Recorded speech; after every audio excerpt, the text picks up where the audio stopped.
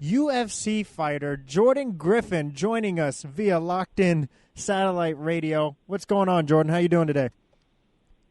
Good. Actually, heading to my chiropractor right now.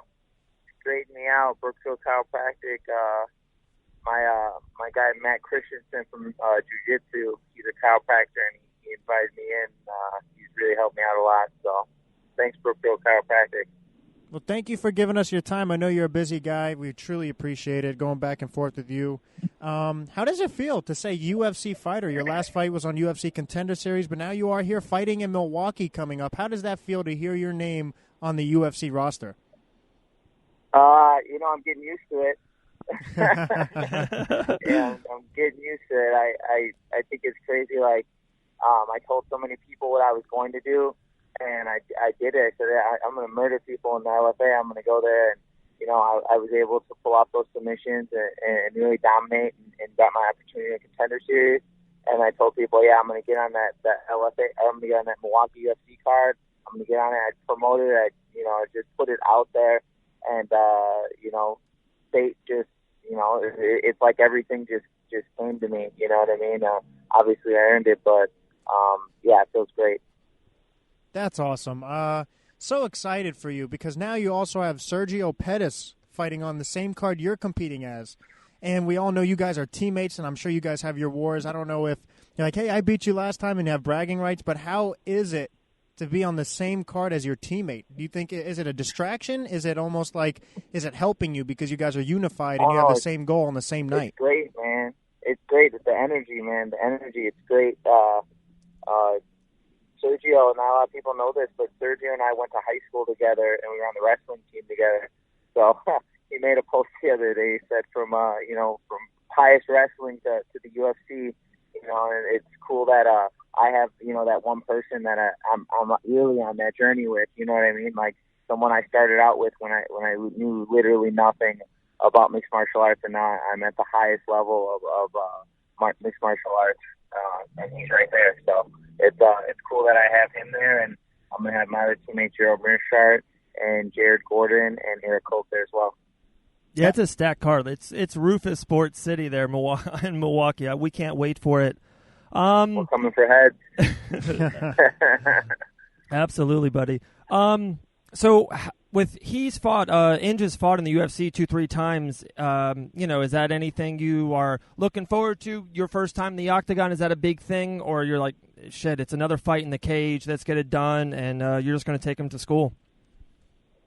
Yeah, he's just another opponent, really. He's experienced. He's a black belt, great wrestler.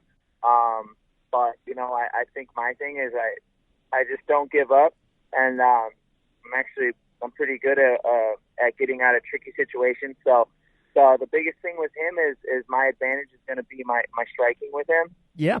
So it's going to be a lot of striking, but it's just going to be a lot of everything. I'm going to do jiu-jitsu. I started working with my teammate Rafian Stas. He's like a two-time NCAA wrestling champion. And then he's also the victory. He was the victory champion there, bantamweight, and then now he's in the LFA, so he's working his way to the UFC.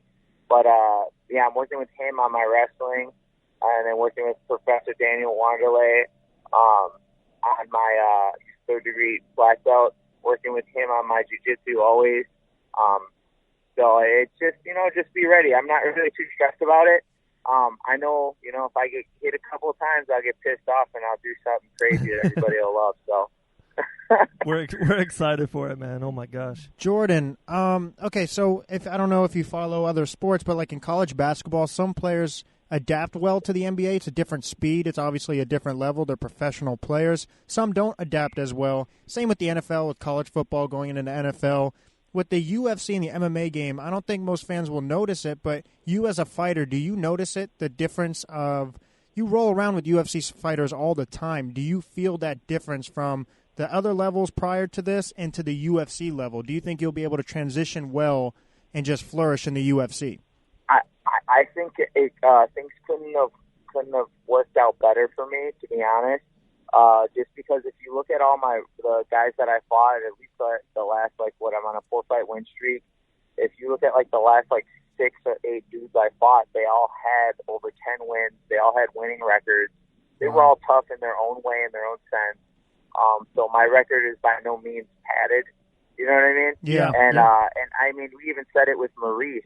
I said, with Maurice Mitchell, I said, hey, you know, no disrespect, but he's 1-1 in my eyes. He ain't done shit. You know what I mean? You know, seriously, you know, he clipped me, and I was kind of like, fuck, you know, he has a good hit, and I came back at him harder. You know what I mean? He couldn't handle the heat. So, you know, I think it's going to be an easy transition over to the UFC. I know I'm going to be ready, and the cool thing about the whole thing is, I feel like my coach is constantly telling me, trying to slow me down. You know what I mean? And it's not a bad thing because I need to do that. I think I tend to, like, I get hit and then I want to brawl and I want to do all this stuff. And I think this camp is really about me slowing down and really breaking guys down, you know, and that's what I want. So we're working on a lot of different things right now, and I'm excited, really excited for it. Wow, that's next level. That's that next level stuff. Definitely, you got a great camp, great team. I do want to talk to you about UFC 229. For one, you had Showtime Pettis was on the card, which was a great fight. Those 2 rounds, him and Tony Ferguson, was just outstanding. For any MMA fan, holy shit, it was unreal. It sucked that he broke his hand, and of course we wanted 5 more minutes of that action for sure. And then, of course, something happened in a main event with 2 guys. I don't remember their name. I think Connor could be. I don't know. But as an MMA fan, how was 229 to you? Was that because everyone's talking about it? Mainstream picked up on the UFC. Do you like that? Is that good for you and the camp and the sport? Or do you think what they did after that main event fight was not a great thing for the UFC for you? Yeah, I don't really think it's a good outlook for UFC. You know what I mean? I think it's, you know what I mean? It's like one of those things, like if let's just say, like, you know, someone's mom was watching it and they saw that, and then, you know, they got like 10-year-old kids that like watching that. Yep. They'd be like, we don't want you watching this trash. You know what I mean? Yeah. So it's just like, it's not particularly, it's not the UFC's fault that happened, and obviously they've given those guys, you know, whatever their suspensions and stuff like that. But I just don't think it's a good look. I think it makes us look like we're dumbasses, like we just want to go out. You know what I mean? Sure. And it just it makes the fighters look bad. I think it kind of keeps kids from watching us, which I feel like, you know, that, you know, we want the kids. You know, I think kids are like, walk up to me, they're like, man, I love your nickname, and you know what I mean. So like, kids are a big thing. You know, I feel like in this sport, and we should just try to set the example. You know what I mean? I 100% agree with you, and that's the argument that I've had with Dave.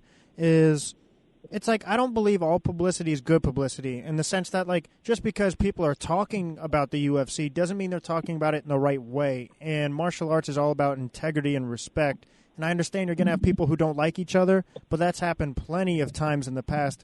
Look at Tito Ortiz, Ken Shamrock. I mean, you look at some of these rivalries that we've had in the sport, and I believe if you beat a man in the cage, you won the argument. There's no more need to do anything else. You promoted the fight. We all know the history behind them. You already have the pay-per-view buys, but it's what you do after you win or lose is where I see your true character.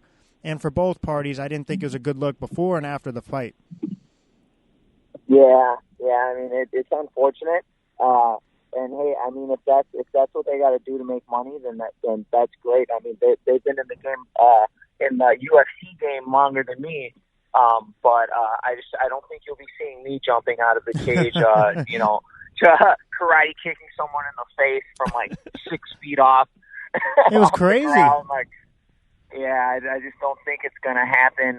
You know, we're all grown-ups, and people say stuff, but it's kind of like, dude, let that slide off your shoulders. You know, you've worked way too hard to get to this point to miss out on, what was the payout? One of them got paid like what was it? It was stupid. It was over a couple mil, right? Yeah, like Khabib was supposedly around $2 to $3 million. Conor, you know, because if he was so supposedly co-promoting, it was upwards. We hear around $40 million he got for that fight. Yeah, I mean, when you get to that, you know what? I think that's the biggest thing for me is obviously I want money like that. That's why I'm in the sport. That's why, dude, so many people told me, like, hey, Jordan, you're 28 years old. When are you gonna just hang this up and just, let it be? And and I was kind of like, well, you just don't see the money. Like, I see the money, and I know I can get it, and I know I can be there. But the one thing I do notice is some of these guys, they get the money, and it almost like destroys them. You know what I mean? Like, Like they go out there and they act like that, and it's like, damn, dude, you're making everyone look bad. And just because you have the option of making $40 million doesn't mean that who in their right mind would be like, oh, well, I'm making $40 million. You guys can just have half of it. I'm good. I'm going to go out here and act a fool. I know. You know what I mean? But it's crazy. If that's the game, if that's the game, then I guess I better start studying. Well, Jordan, it's always a pleasure to talk to you, and we truly appreciate you giving us your time. I know you have so much coming up, obviously, your first UFC fight in Milwaukee, but I'll tell you what, it's going to be a pleasure to follow your career win after win. Cannot wait to speak to you and see you evolve as your career really blossoms into a successful one. So we truly appreciate it, Jordan. You're always welcome to get locked in with us. Awesome. Yeah, thank you for having me. Thank you, Jordan. Have a great day. You too.